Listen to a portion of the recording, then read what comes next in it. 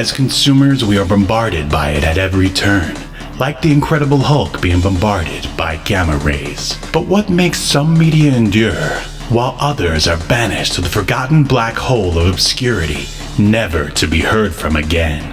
Who or what decides this? Hetero life mates Steve and Yahel want to know, and they want to know now.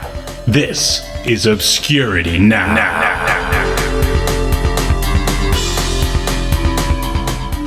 And what's up, Obscurians? It's time for another episode of Obscurity Now, the show where we take a look at weird and almost forgotten pieces of media, and then we decide if they should be remembered for all of human history or tossed into the black hole of obscurity, never to be heard from again.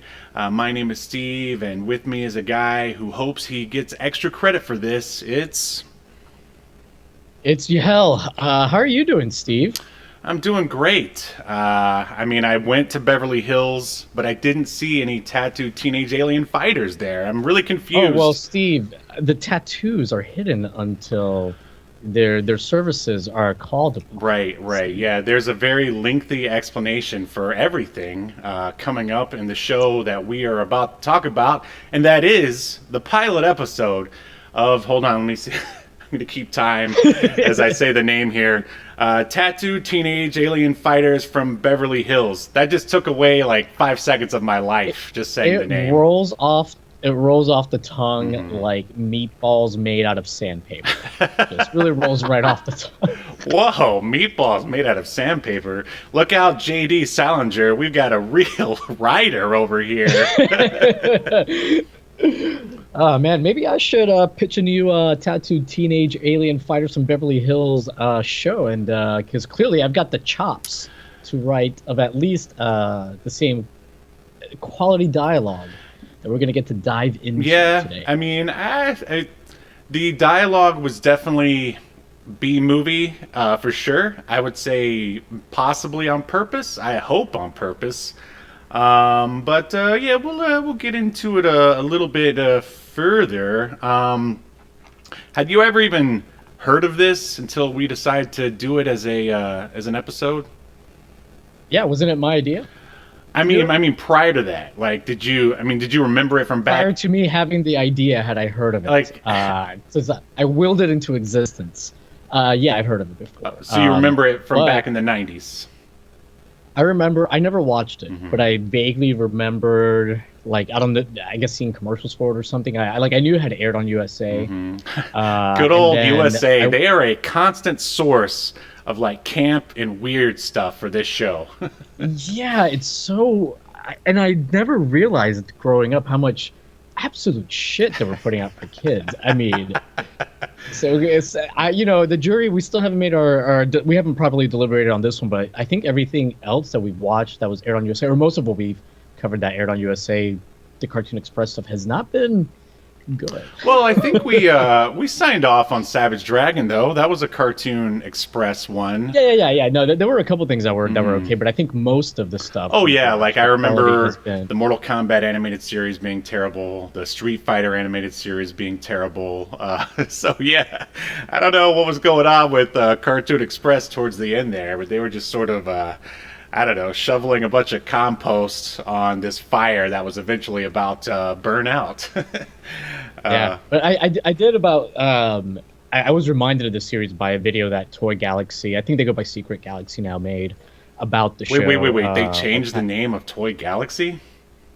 Yeah, because they don't just cover toys stuff. In fact, they cover less toy stuff than ever, but they still do. Right. But so now that it's called Secret Galaxy, although the channel name, like on YouTube itself, still says Toy Galaxy, but they're going as Secret Galaxy. I don't know. I'm sure it's something like YouTube.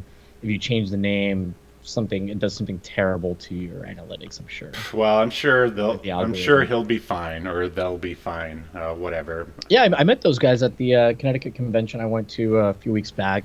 Really sweet guys. Sweet guys. Sweet guys. We are in love. We are. It's an odd way to describe another straight male that you meet, but hey, whatever. I'm not here to judge. No, they were nice guys. They were sweet guys. Okay. They were sweet to their fans. They were. Their kisses were sweet. They're not like here. We're supple. just contentious. Yeah. Yeah, we hate our fans. Speaking of, bam, there it They is. they would have not made good. Well, maybe they would have made actually good. I cannot keep good Sentinels is what they're called on the show. The fighters that these teenagers turn into. But then again, one of them is kind of like a scaredy cat. So I guess maybe they would have. Maybe Sweet Guys would make good Sentinels. Yeah. Well, let's look into tattooed teenage alien fighters from Beverly Hills just a little bit further.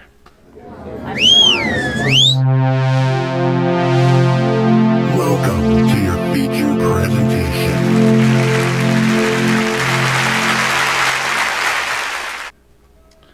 All right, let me just, there we go. Got to get that chat nice and ready for everyone to see themselves chatting in it. All right, so tattooed teenage alien fighters from Beverly Hills ran from 1994 to 1995, one season, 40 episodes. 40 I would love to episodes. see how they keep this going for 40 episodes. Should we just turn this into a tattooed teenage podcast now? Yeah, fan cast. Yeah. The next 39 episodes, we'll just cover each one. Sure, why not? And this title, or this episode, is very aptly titled "In the Beginning." Might as well be "Once Upon a Beginning." Yeah. Clearly, what I assume was a working title that they never, came up with a better one. It's aired on USA Cartoon Express, October 3rd, 1994. Now, Yahel, are you curious as to where tattooed teenage alien fighters, let's just call them alien fighters so we can shave some time off our lives here, where the alien fighters fit into like the Power Rangers ripoff universe? I don't know where they fit in, Steve, but I believe you have done the research. And not in the Facebook boomer, I did my research kind of way. You actually did some real research and figured it out. Oh no, I went to some real left-wing dark web kind of sites to figure this out. So, okay, here we go. Yeah, the liberals love this show. Yeah. Well, it is a very diverse cast, but not really. Is it? Well, not really. You got one, African-American guy and one girl who could be Hispanic. At least the stunt person who plays her obviously is. Yeah, well, I wouldn't say obviously because we can't really right. We don't really know. See much of her. She's very tan. Yes, though. yeah, she's been. But she's wearing a wig too, though. The stunt person that plays her. So I'm just gonna assume that it was China and move on. Okay, so Power Rangers aired August 28th, 1993.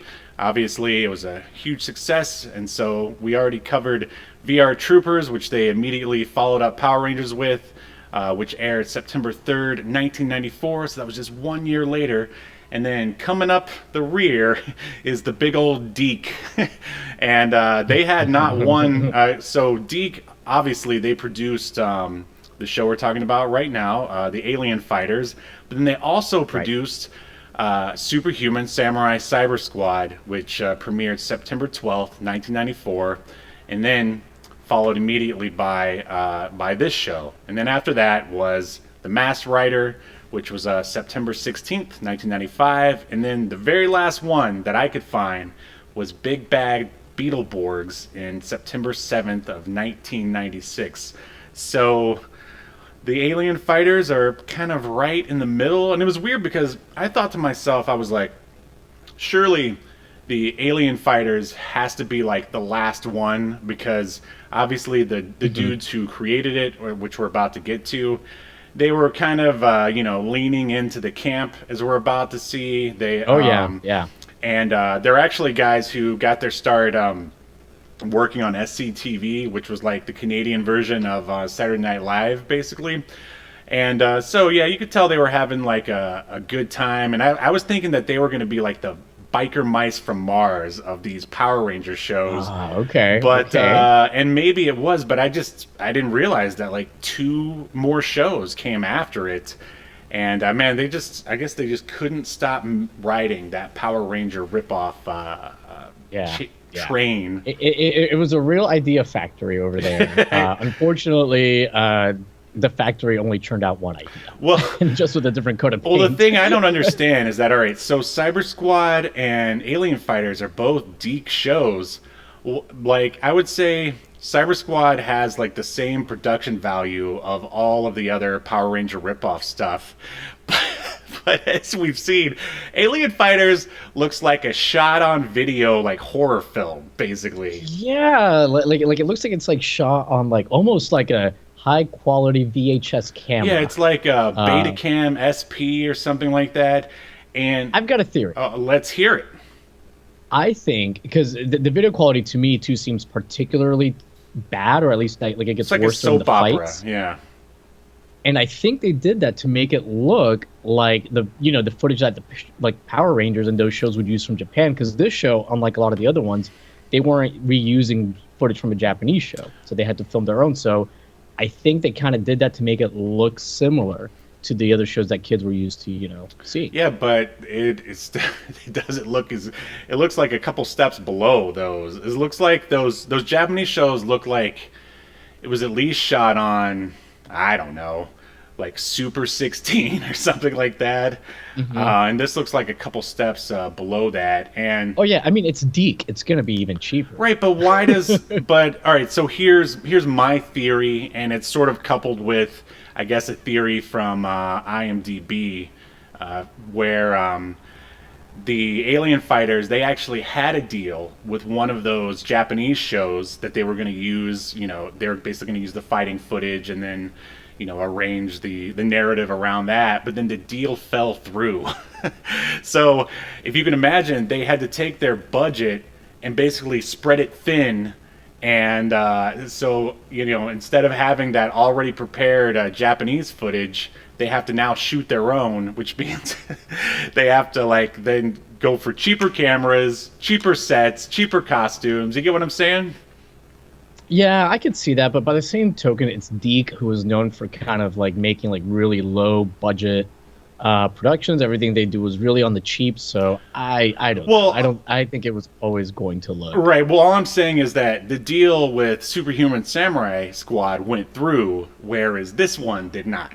Yeah, I mean, see, sorry, I should have been a little bit more specific. I think Deke just wouldn't have done the show. If they had that's a sudden additional expense. That's a good point. Good point. That they didn't budget for, because so I was like reading that they ended up making only 10 monster suits. Yeah, I saw that. Yeah. Steve, would you like to repeat how many episodes this series ran for? Did I say 40? Let me. Right. So there's only 10 monsters and there are 40 episodes. So not only that, but they only made 3 fighting spaces, 3 fighting arenas. So you're going to see those same areas that they're fighting in over and over again. You're going to see the monsters, several times repeated. So yeah, very cheap show. Indeed. And let's go into the cheap synopsis of this cheap show. And it's even right here on the IMDb. Low budget kids show with 4 alien fighters recruited by Nimbar. The 4 are Gordon, Lori, Drew, and Swinton, who fight to save the universe from evil Emperor Gorganus. And this was created and written by Jim Fisher and Jim Stahl. They're collectively known as the Jims, and they're truly outrageous. Watch out. And they both, as I said, got their start writing for SCTV. Like a lot of big-time comedians came from there, like John Candy, a lot of just like classic comedic actors. And they're known for writing for Bobby's World. And here's some we got to remember to add to the list after the show. Do you remember Danger Theater? No. I mean, it's basically like a Naked Gun style action parody that came on Fox, I swear, for like maybe 2-3 episodes and was never heard from again. But I remember it showed up on YouTube or something, and I was like, oh my God, it's Danger Theater. But yeah, we'll have to add that one. And here's another one that's also a sort of action hero, like cop parody, Sledgehammer. Do you remember Sledgehammer? Oh man, that actually does ring a bell, but I never watched. He's got like a talking gun or something. It's so stupid. I think it'll be perfect for us. But anyway, this pilot episode has two directors because, I mean, Whoa. yeah, I mean, Deke was really throwing money around, as you can see. So the first director is Isaac Florentine, and he is actually a sort of world-renowned action director. He's directed Power Rangers, WMAC Masters, which we need to add. Yeah. A lot of I don't know if you're familiar with Scott Adkins. He's like a really good like martial artist. So not too many people. Yeah, oh, yeah. so you do know him. So yeah, I've heard that name. They directed the Ninja 2 Shadow of a Tear sequel and Undisputed 2. So Isaac Florentine is still working despite directing this show. I imagine he probably directed the action sequences, and this other guy, again, I couldn't find any like Yahel and I didn't say that there's not very much information about alien fighters, so a lot of it we just sort of have to speculate, and I'm speculating that this other director, Brad Kreisberg, probably directed the just the regular dialogue sequences and stuff. And he has worked on the aforementioned Superhuman Samurai Cyber Squad. And then basically after that, he's done nothing but like reality TV. Martha and Snoop's Potluck Party Challenge and The Jersey Shore. And from what I... Wait, so why would the Jersey Shore need a writer, Steve? A reality show. Because take it from someone who's been on a reality show, they are all bullshit, 100%. Wow. And as we said, it's produced by Deke Entertainment. Yahel, why don't you tell us some of the thespians who were in front of the camera? Oh, I would love to, Steve. This, at least this episode, does not have a very large cast, so I will go over everyone. We've got Leslie Dannon, who plays Laurie Foster, who is also, hold on, I had it on my phone. I can't remember which tattooed teenage let me see if I thing can she find is. it real quick. And sorry about that, guys. I actually had it up, and then I lost it. But anyways, I think she's the one that's I think I found it. She is Scorpio. Okay. And then she had one of the more successful careers. Yeah, I saw. Careers out of the main cast. So I mean, nothing that anyone's going to really probably recognize her from. Maybe from that MTV show Undressed, where she was like played Tess. She had 4 episodes there, but just a lot of one-offs on random TV shows. However, Steve, she looked familiar to me. Okay. Do you know why? Because she worked on a Star Trek video game. She worked on the Star Trek Starfleet Academy video game, Steve. I almost didn't want to bring it up, but we have the one and only Star Trek connection. All right. For this episode. Here it comes. Oh no! We just entered another Star Trek connection. But you can't forget, or I would like to add, that much like the other actress in this, she was on the Weird Science TV series. Huh? Yeah, she was in Weird Science. Had a one-off. I think the other one is in like 2 episodes, but yeah. So she stopped. She hasn't done anything since 2002. I assume she found this episode of Tattooed Teenage Alien Fighters on Daily Motion like we did, and then quit out of embarrassment. Speaking of moving on, we've got. I thought you were going to say, speaking of quitting because of embarrassment, you should follow it up with the K. Jill Sorgan. Yeah. K. Jill Sorgan, the other female cast member, she plays Drew Vincent, and her acting career, as you mentioned, she was on Weird Science. Obviously, she was on Tattooed Teenage Alien Fighters. We've already gone over half her acting credits. She was also on Saved by the Bell and California Dreams, just like one-off parts. But yeah, she did this show, and that was it for her acting-wise. Quick question for you: did you ever watch California Dreams? Yeah. We should cover that one. I don't know if I'd say I liked it, but I watched it. I don't think I disliked it, but it definitely, it was by the same guy that made Saved by the Bell. created Saved by the Yeah. Bell. It's a Peter Engel show. But yeah, we should definitely cover it at some point. Then we've got Richard Nason, who plays Gordon Henley. Oh, I didn't mention Drew's Sentinel. Drew's Sentinel is Centaur. Then we've, like I said, Richard Nason, who he plays Gordon Henley, who is the Sentinel Taurus. He also doesn't have a lot of credits to his name. However, he plays himself in a documentary called We Gotta Get Buscemi. Oh, interesting. And it follows Nick James on his 3-year quest to make a low-budget film. Okay, Interesting. That's really weird. Anyways, but yeah, outside of this, I mean, he was on a few random things on TV, and then that was that. Nothing worth going over. Strangely enough, it looks like his IMDb picture is very recent. So I suspect he's out there auditioning and doing terribly. Right. What's that? I said, yeah, I agree with you. All right, then we've got Rugg Williams. That's Rugg Williams. That is his real name. He plays. Yes, he plays Swinton Sawyer, who is Apollo, is the Sentinel. Anyways, he fared better than some of these other folks he acted with. He's gone into producing and directing. I mean, nothing super of note. It's weird. Besides, most of his, sorry to jump in there real quick, but his IMDb looks like nothing but background work. I mean, yes. I assume that he must have a line because, there's really no reason to put background work on your IMDb. I mean, if that were the case, I would have a huge IMDb. I just thought it was interesting. It was weird. It seemed like his career was going okay until he did this, and then it's been nothing but background since. Right, because he was in 10 episodes in The Heat of the Night, which was a big show back in the day.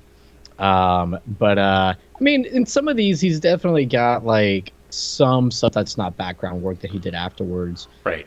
He was he was in 2 episodes, the same character in 2 episodes of Beverly Hills 90210. He was in 2 episodes of Family Matters. And I actually remember, I remember him on Family Matters. Wow, weird. Very weird. I cannot believe my brain has chosen to store that information. But yet you can't remember your mom and dad's birthday. Well, my dad's I can. He was born on Christmas Day, so that one's easy. Wow. He's Jesus. My father is Jesus Christ. Then we've got Ed Gilbert, who plays the voice of Emperor Gorganus. Sometimes he's called Gorganus, by the way, apparently in other episodes. Wow. Yeah. But anyways, Ed Gilbert, he's done a lot of voiceover work, some stuff on the Transformers. He was Blitzwing. He was also Thrust, the Transformers. Wait. Thrust and Gorganus? Where's this going? Interesting. Yeah. But he was also on Zorro. He did a voice on Zorro. Okay. But yeah, he's been in a bunch of stuff, some live action. He was in, did you know he was in a Toxic Crusaders movie? No, that's awesome. Yeah. So yeah, he was pretty successful. His last credit is in 2011. I assume he died in 1999. So I don't know how he has a credit in 2011. Yeah. What an actor. What they a just AI'd his voice like they're doing with James Earl Jones for Darth Vader. In 2011, I don't think they did. But I did notice that Ed Gilbert was in a few things we've covered, like Bruno. Wow. He was in Duckman. Nice. And we haven't covered this, but he was in quite a few episodes of The Tick. Oh, nice. Yeah. The 90s cartoon. Is The Tick obscure enough for us to do? I think. Oh, wait, we already did a Tick comic, so yeah, we'll get around to that cartoon eventually. Sure. But anyways, those are really the main important people. There is David Lander, who does the voice of Lechner, which is kind of like this weird bird thing next to Emperor Gorganus. I thought the voice for Emperor Gorganus was awesome. Oh, I loved it. I thought he did a great job. Yeah. I think I would have liked to have seen. He almost made me think it was well written. Yeah. I mean, we'll get to it, but I really like the whole just the whole interior of that evil lair or whatever. It's just all very, very B movie. I'd like to just throw in there that the music, which I think might be one of the highlights of this show, is done by Michael Turner and Stephen Griffin. And for some reason... Oh, the other person I should mention, sorry, Steve, before we move on, is Glenn Shaddix, who played the voice of Nimbar. Much like Ed Gilbert, tons of voice acting credits. He played Otho in Beetlejuice. I don't remember that character at all, but Teen Titans. He's done a bunch of stuff. Anyway, sorry, go ahead. And I guess they they just basically composed all the music, and for some reason I didn't write down the other stuff that they've done. So let's just move on then. Glad we're both so well prepared for this. I think we're probably more prepared than the actual show was when it premiered. Well, Steve, that bar is quite low. That is a bar you need to dig. You need a shovel, to dig up that bar. Some quick trivia. Well, we already said that. Let's see. While the show was airing, Leslie, who played Lori, she was writing and producing the movie The Whispering, which was her first time writing and producing. So if this show teaches you anything, is that, you should have other irons in the fire while you're working on something like this. Yeah, and now Leslie Danon is a household name for her writing, right? Well, I mean, she's obviously the person who makes the Danon bottled water, or yeah. All right, it was a reach. It's made from the sweat that she excretes while watching tattooed teenage alien fighters. That's disgusting. Why would anyone sweat while watching this? I guess because they're stressing out from her performance. Thank you. There you go.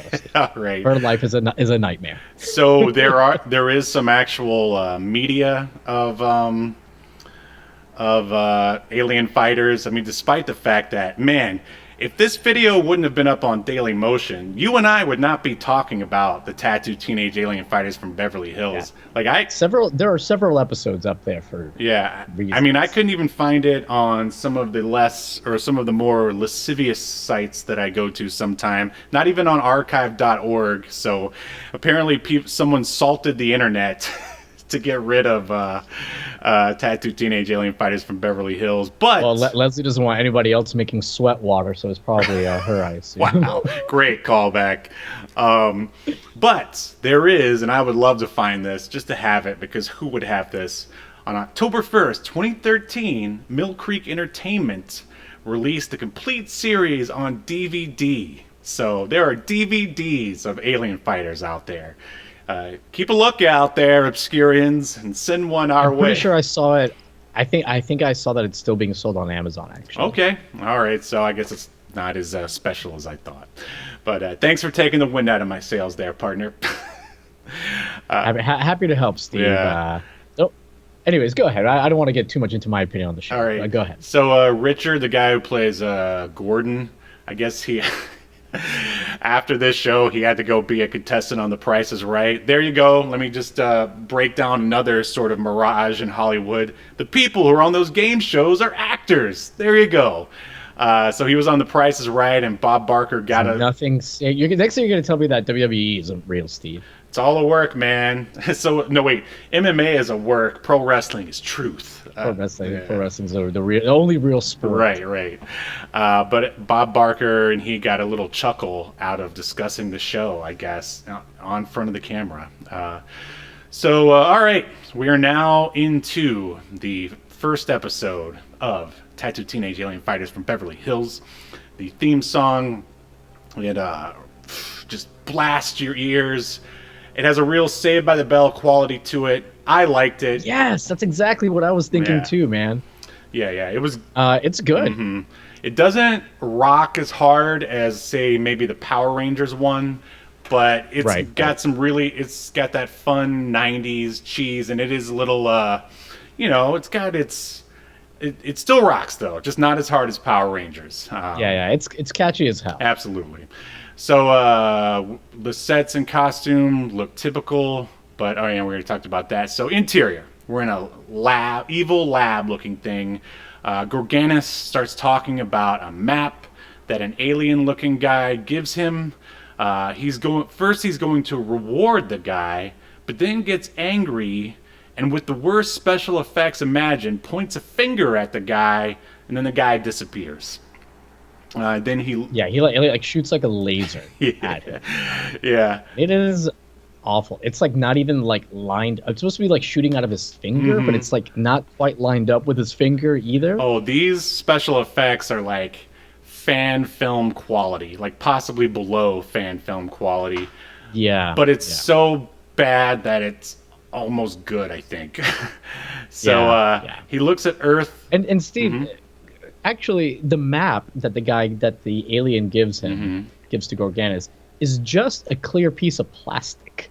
It's just like a piece of plexiglass or something. There's nothing on it. Right. And the artist can clearly say there's nothing on it. And then he's like, oh, such and such. And I don't even understand how from this map he determines that the alien didn't kill Nimbar for him. So that's why he ends up not rewarding him. Right. And or he says he's going to change the terms of the reward, and the reward is now that he's going to be like in prison for 40 years or something. Yeah. On some death planet. In a classic Darth Vader fashion, he's going to alter the terms of the deal. Right. That's exactly the same thing I thought. Yeah. It was like kind of Darth Vader. So he looks at Earth on a view screen. He tells the puppet bird, which, man, I loved that puppet bird.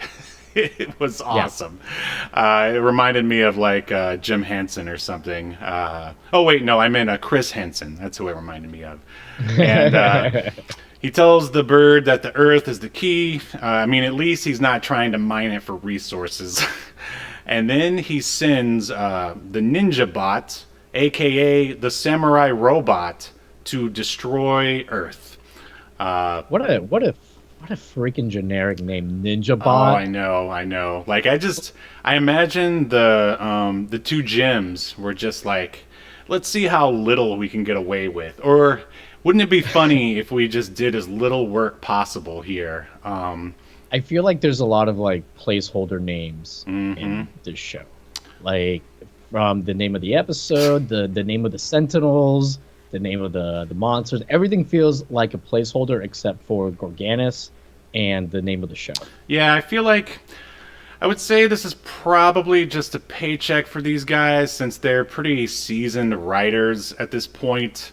But I still feel like they're having a little bit of fun, just sort of leaning into the B movies that they probably watched when they were kids. Either that, or they were looking at like Power Rangers and VR Troopers, going, "How can we make fun of this?" or make a show that's. It does feel like almost like a parody. Like if I had never heard of this show and I just saw like this, I would think it was like somebody doing a parody. Yeah. Absolutely. Just like Biker Mice from Mars. So the samurai robot or ninja bot, whatever he is, he just magically appears on Earth. Again, they use the same... Well, he gets like teleported. Right. They use the same crappy effect that the guy used to make the other guy disappear. He appears on Earth, and of course he's like kaiju-sized. And you know this because there's a little power line in the foreground. Yeah, they have power lines, and he's like towering over the power lines. And I guess he's supposed to be like in the Grand Canyon or something like that. Did they and even say? I thought they just threw him in some random deserted area that just has power lines. They don't say, but like it's a very Grand Canyon looking area. Right. And I'm sure it's not the actual Grand Canyon. He's like destroying, I don't even know what they're called, like these giant rock formations, like mesas or whatever. Awful. Yeah, like he'd swing like his sword at them, and like when they would explode, the explosion would just be like a superimposed like explosion with a little bit of like the opacity like turned down. Sure, I was making those effects in Premiere in like the early 2000s. yeah. So yeah, he uses the power. It's weird though. He doesn't even really use his sword to like knock down the power lines. He uses like the energy blast from the sword, and it destroys the power lines. And I have to say though, the soundtrack was pretty rocking here. So what did you think of everything, the cold open, everything that we've seen up till now? I mean, I was It was definitely keeping my attention. I'll say that much for it. It's just like absurd. Yep, absolutely. But like you said, they seem to kind of lean into the camp. At least it comes off that way, so it's fun. I did think like when he destroys, because like the ninja bot uses his sword laser to like destroy what I guess is supposed to be. I don't know if it's supposed to be like a city or a housing. You know what it looks like something from Total Recall. Yeah. Like he like destroyed like a living settlement on Total Recall. Yeah. But it's a miniature, and again, same crappy superimposed explosion. And yeah, what did you think at this juncture? Man, I am right there with you. I loved sort of the Lord Gorganus intro. I really liked how that set was built and the lighting and everything. It reminded me of Tetsuo the Iron Man, which is this messed up Japanese movie. But and then when they transferred the ninja bot to destroy the thing, I was like, wow, this is so bad that I'm definitely enjoying it. So yeah, I think we're on the same page at this point. Yeah. And really excited. And the soundtrack was great. Now we are in Beverly Hills. They show signs of or shots of the typical Beverly Hills sign and Rodeo Drive, and now we're they do that like 3 or 4 times. Sure, like, I get it. You're in Beverly Hills.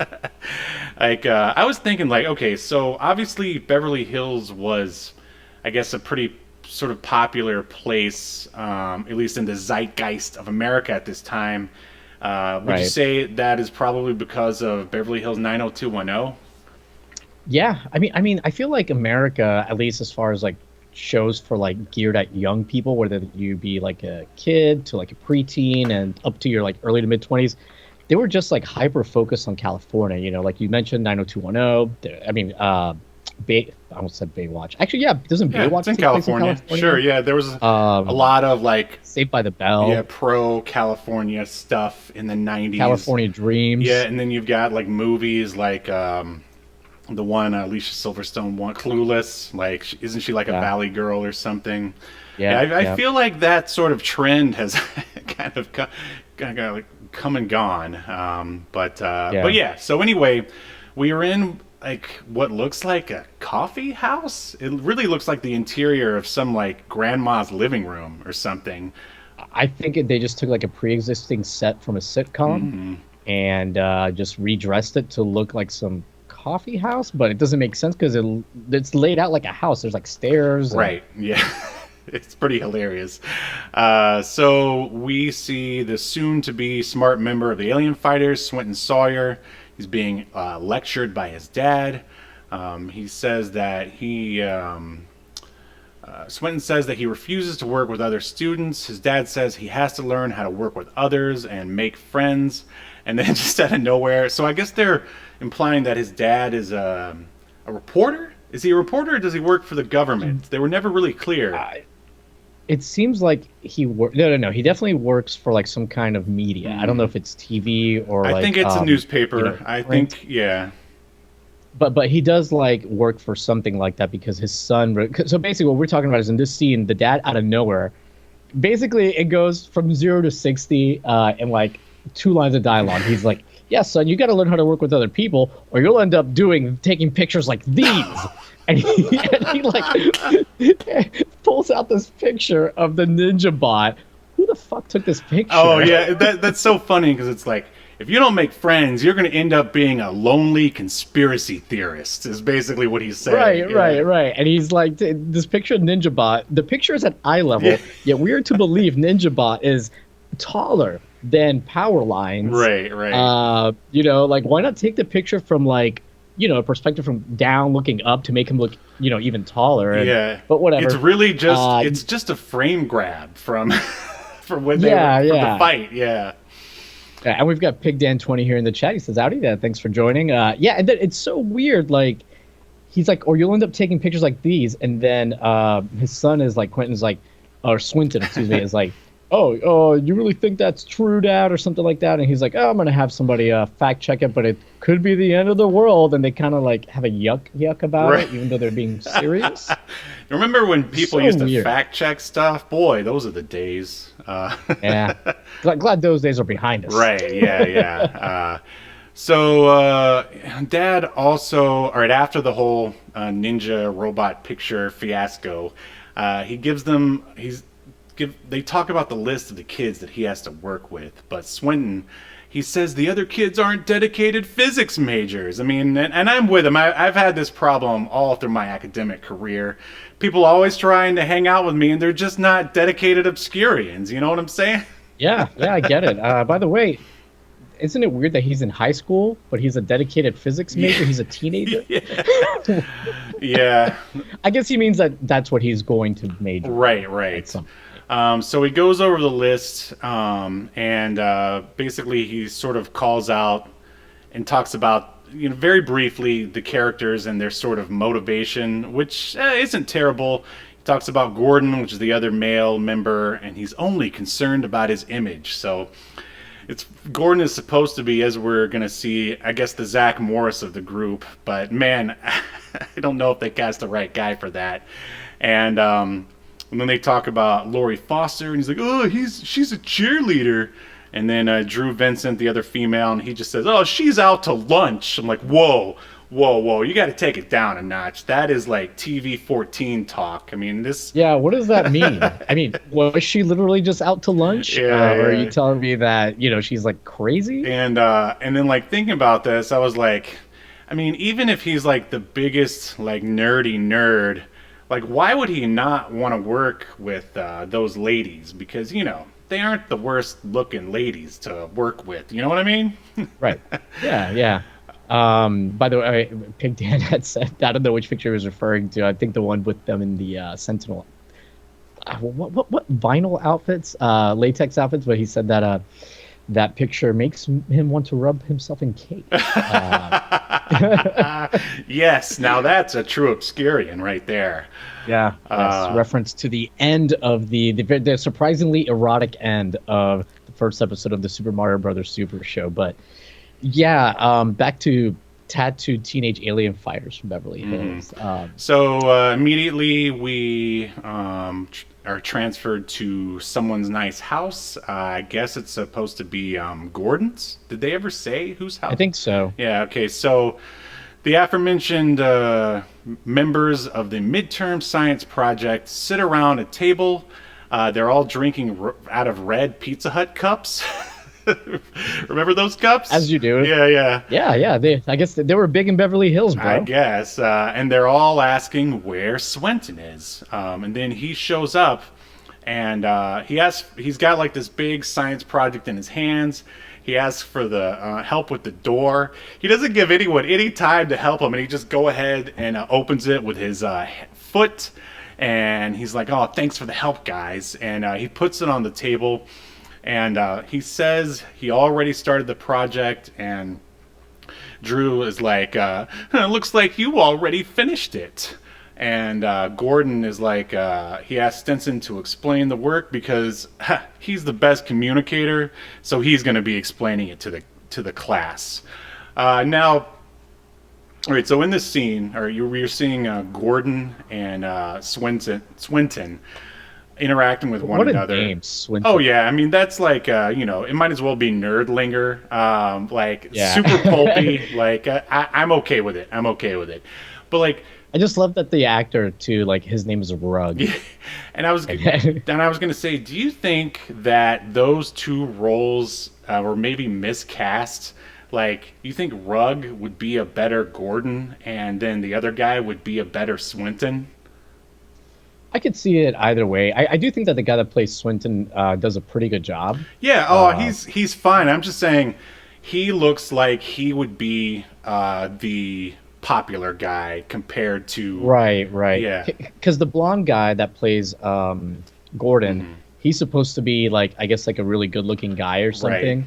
Right. But the guy that plays Swinton is like better looking and bigger. And just seems yeah, cooler, yeah, absolutely. Anyway, that was just something that crossed my mind.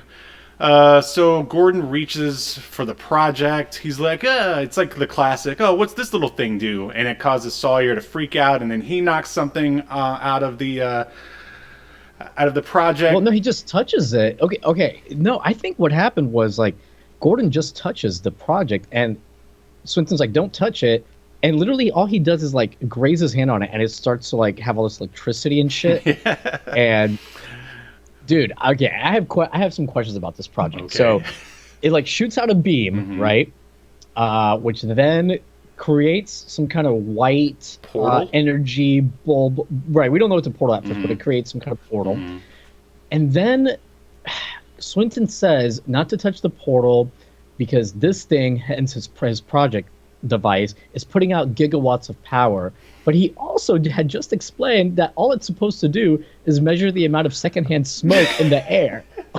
See, that is comedy from our writers here. Like they're having fun there. They're just doing, wacky, mad science going on here. Yeah, it's like a 5,000 watt device that just checks on how much smoke is in the air. It's basically a smoke detector that will run up your power bill. Right. And those lightning effects you mentioned, or electricity, total drag and drop lightning effects that came with Premiere back in the day. Yeah. So Drew asks Swinton what's happening. He says he doesn't know. The project was just supposed to tell people how much cigarette smoke was in the air. And man, Swinton, Rugg, shall we say, man, he hams it up real good. In fact, I will say that the people that probably care the most about this show is probably the cast. Like, I think everybody is at least trying their best, and they probably only have like 1 to 2 takes, which makes for a really hammy performance, which I'm enjoying. Gordon in particular, like, whenever like he's scared, anytime he's afraid or doesn't understand anything, like he's so over the top. And he's got some great little one-liners, as we're going to see here in a bit. So Lori, the adventurous one of the group, and by that I mean she experiments sexually a lot, says that they should study it. Then she and Swinton. Well, I think you're thinking of Drew, the blonde. Oh yeah, my mistake. Yeah, Drew. This is very important to get correct. Absolutely. They get sucked in, and that leaves Gordon and the other lady. They go to leave, but she says that they need their help. Gordon says he better get extra credit for this, and then he jumps in. It's so cheesy. I love it. So this is very confusing to me, though, because then the portal takes them to Nimbar's lair. Nimbar is the good alien that's, trying to let's be specific here. He is a tub of goo. Yes. So he's not a humanoid alien, which I actually appreciated that they didn't go with a humanoid alien thing. Is it good looking? Does it look good? No. He's just like a big round tub of kind of gelatinous goo that has an arm that sticks out of it. But see, that's so cheesy B-movie that I liked it. Yeah, and honestly, like, judging the one alien that we saw earlier talking to Garganus, like how bad that alien looked, I think they made the right call. But absolutely. The weird thing is, like, so they go through this portal, it takes them to Nimbar's lair. However, weren't they like implying earlier that it was Swinton's science experiment that made the portal appear? But then Nimbar's like, "Oh, I summoned you. I made the portal." Yeah, I think you found a plot hole. I mean, he could have. Steve, what's up? On IMDb, there's a whole continuity department for the show. Like, how? I don't think they cared. I don't think they cared. Deke had already they cut their salaries in half, and they were just like, whatever, dude. Or they did the old, hey, it's a kid's show, who cares? That's probably what they said. Steve, do you want to know how many script supervisors / coordinators were on this episode? Do tell. 7. Wow. So 2 writers, 7 script coordinators / supervisors, and they somehow still like have like these crazy, like, weird problems. Anyways, it doesn't Speaking of script supervisors, here, okay, so I can live with, sort of continuity errors or plot holes in a show like this. But when the energy goes down and it starts to drag, which it's about to, that's when I start having a problem. And basically, we are in the section of the episode which basically should just be called the exposition zone. So, yeah, let's just talk through it and you'll see what I'm talking about. So they appear in the cheesiest looking backyard lab set ever. There's fog everywhere. And then there's a talking tub of goo, as we said, who I thought initially sounded a lot like Giancarlo Esposito. And that's Nimbar. And he says he's the head protector of power portals and counselor to the Galactic Sentinels. Like, there's just... They layer on so much backstory here. It's like... Yeah. It's just hilarious. He brought them there on purpose and begins to fill us in on the backstory. On the view screen, he shows us Emperor Gorganis and of the planet Moleculon. He sent his alien mercenaries to destroy his planet and the Alpha Galaxy. He's the only one who stands in his way. He wanted the map of the power portals, but then Garganus got it, and that map is the clear sheet of paper that we talked about earlier.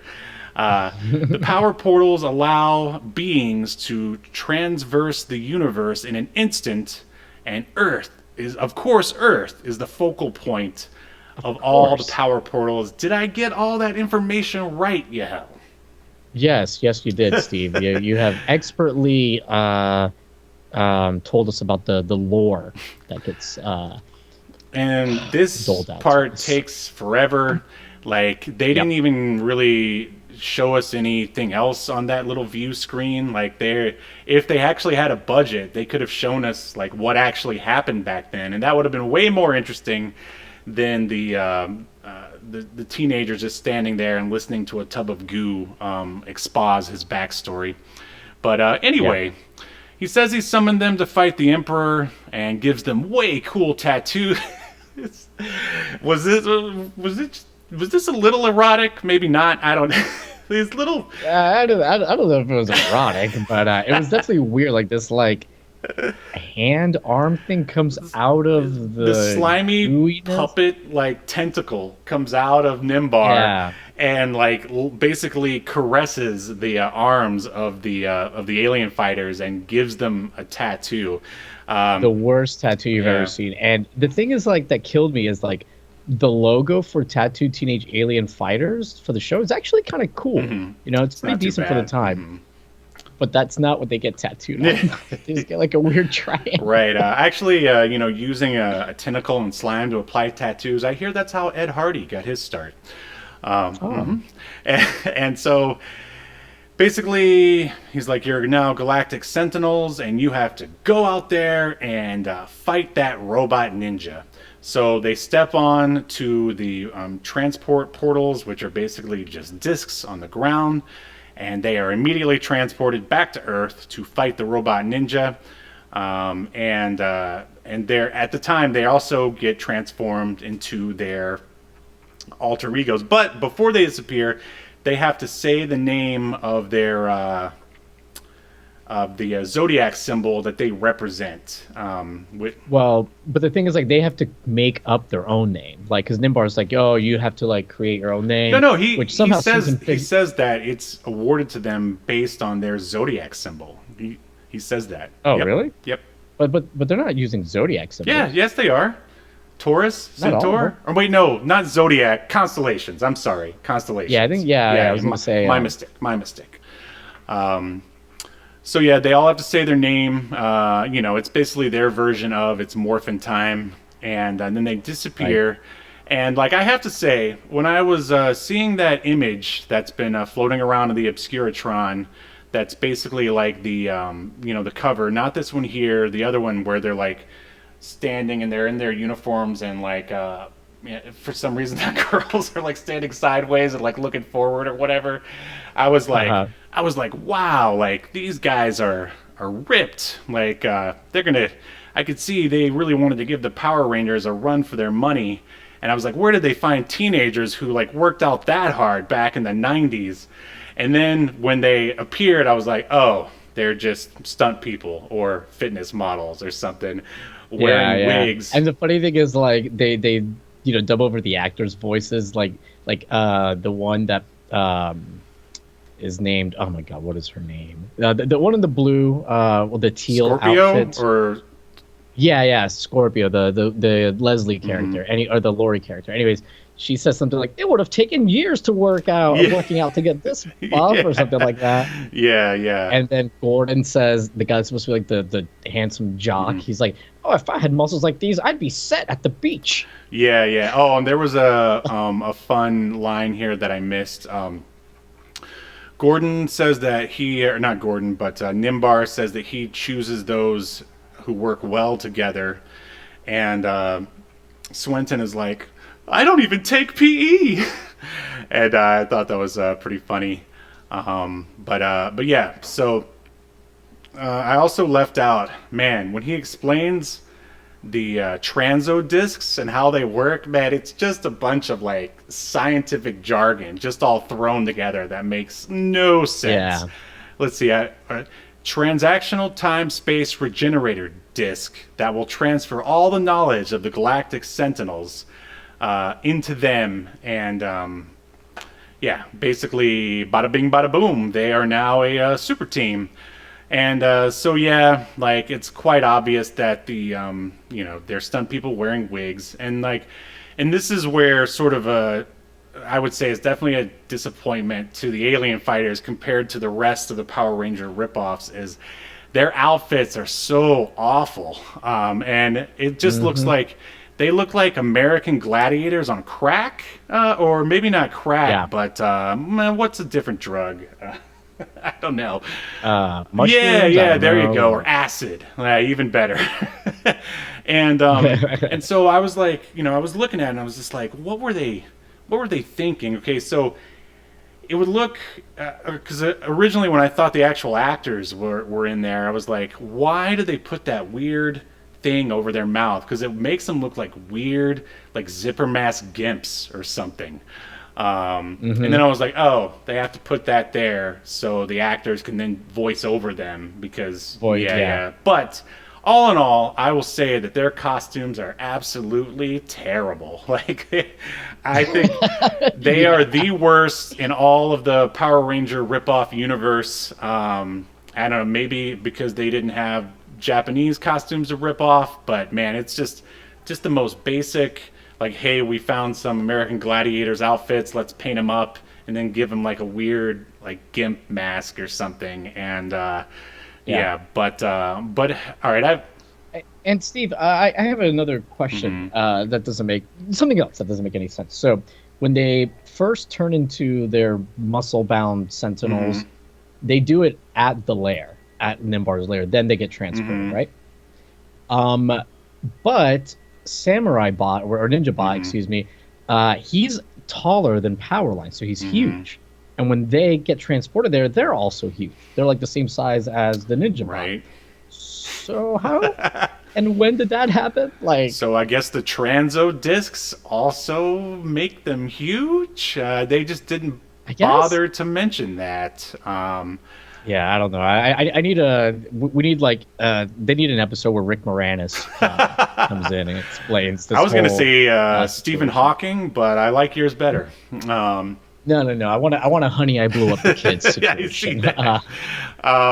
So yeah, another thing that I was a little disappointed with, but I mean, since this is obviously a 22-minute kids show, of course they magically know all the moves. They didn't have to do any training or anything like that. That's just one thing I hate in media. Well, Nimbar did explain that. Right, he did. That they would know, it would be transferred to them. So I mean, there's an explanation of sorts. So describe to me how this fight plays out. I mean, you don't have to be specific, but what can you remember? What do you remember? I remember a few kicks to stomachs. I remember everybody shoots a laser at some point from their weapon. All of the tattooed teenage alien fighters, all the Sentinels. And that's kind of what I remember. A lot of I would say you left out flips. There was a lot of Oh flipping. yes, A lot of flipping. yes, that's right. Um, A lot of there were like back handsprings to avoid, right. strikes from Ninja Hmm. Bot.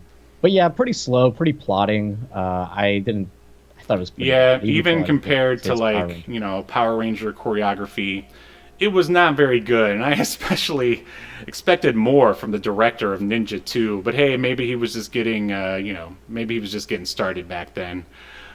So they defeat Ninja Bot as Gorganis looks on, and then he just Well, hold on, they turn in. no, You wait, skipped a that's very it's coming. important It's part. coming. It's coming up. Oh, okay. So Gorganis, he looks on, and then now he's just like, "Oh, I'm going to increase Ninja Bot's power," and so that magically brings them back, and then they form Nitron, That's which actually looks kind of cool. I'd say it looks like something Rob Liefeld would have designed, like in his early days.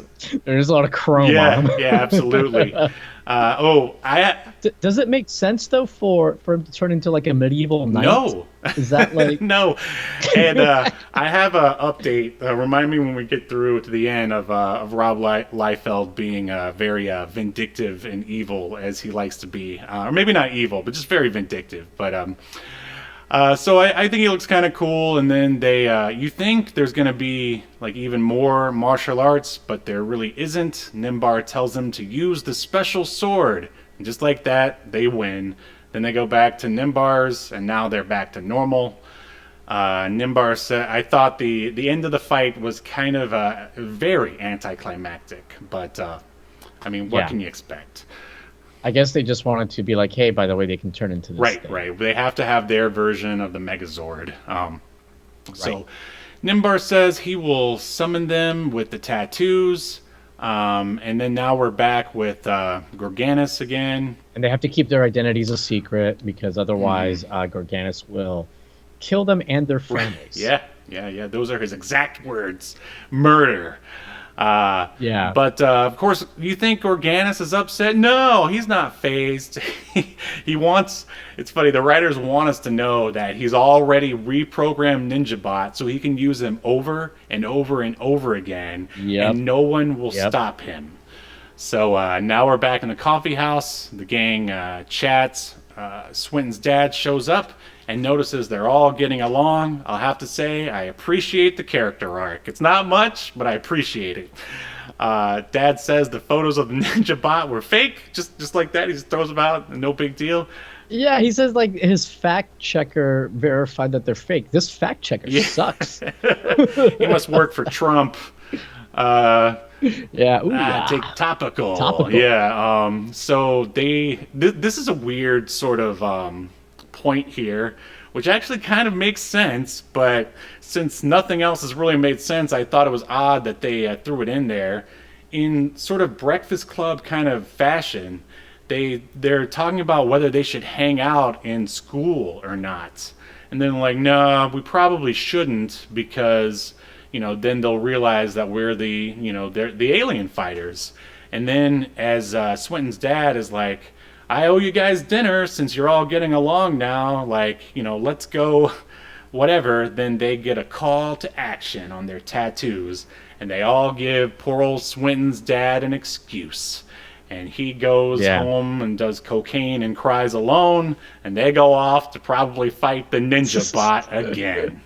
The end. And dude, didn't they just get back from like a fight and he'd already being summoned? I know, it's great. I love it. It's so stupid. So Steve, there was one little bit of trivia that this will, I think, fans of wrestling from the Attitude Era will appreciate. There's a writer, I don't know which episodes he did, but he did 3 of them on Tattoo Teenage Alien Fighters, who used to be one of the head writers for Monday Night Raw back in the day, Nice. and then he also went with Russo to WCW. Ed Ferrara. Oh, whoa, him? He worked on this? Yeah, he wrote 3. He wrote 3 episodes of this show. So fantastic. yeah. Well, all right. Is there anything else to add? I don't think so. You know what I wish they would have added is a little bit more money to the budget. Yeah, But, absolutely, and maybe a little bit more to the plot. But all right, well, let's run the bumper and end this puppy. Remember how underrated that's the question. So, what's your zodiac symbol? I'm going to call you by it, even though it has nothing to do with this. well, it has to do with I zodiacs, know. but Just tell me, what is it? constellations. Oh God, call me Big Dipper. All right, Big Dipper. You know, why aren't any of them called Orion? That's like the best named constellation. But anyway, all right.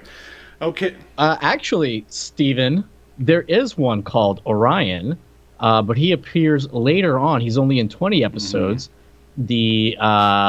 So this is really weird. I read up about this. So a character shows up named Rick. That's his quote unquote real name. He's an alien named Rick. His planet was destroyed by Gorganis, and he was a Sentinel fighter himself. I guess he sucked, and everybody else on his Sentinel team got killed by Gorganis. So he's the only one that survived. I don't know, maybe he was a coward and he left the fight, but he basically spends his life just drifting from planet to planet. Happens on Earth. He falls for Drew, which is Centaur, the blonde one. Anyways, his Sentinel's name is Orion. Oh, there you go. That must be their White Ranger, I guess. Yeah, I guess so. Well, thank you for that, for the input. But all right, Agent, Sentinel, whatever you are, Big Dipper. Do you think the tattooed teenage alien fighters from Beverly Hills should be remembered for all of human history, or tossed into the black hole of obscurity, never to be heard from again? I'm gonna say keep it. Keep it.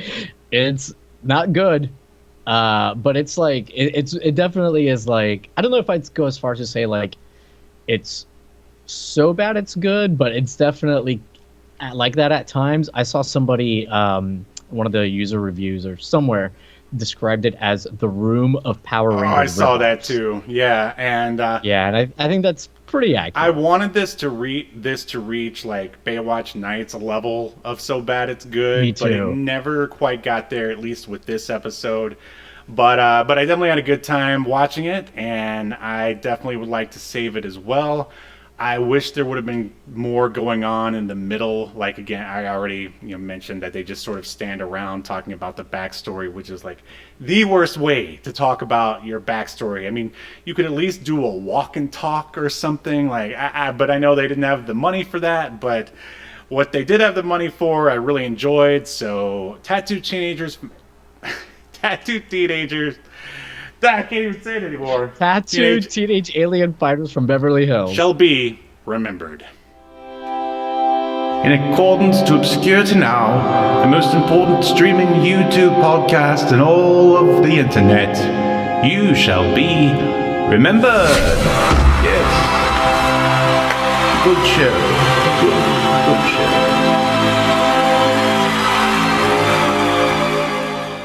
show. All right. Steve, there's an episode of the show with Zsa Zsa Gabor. Cool.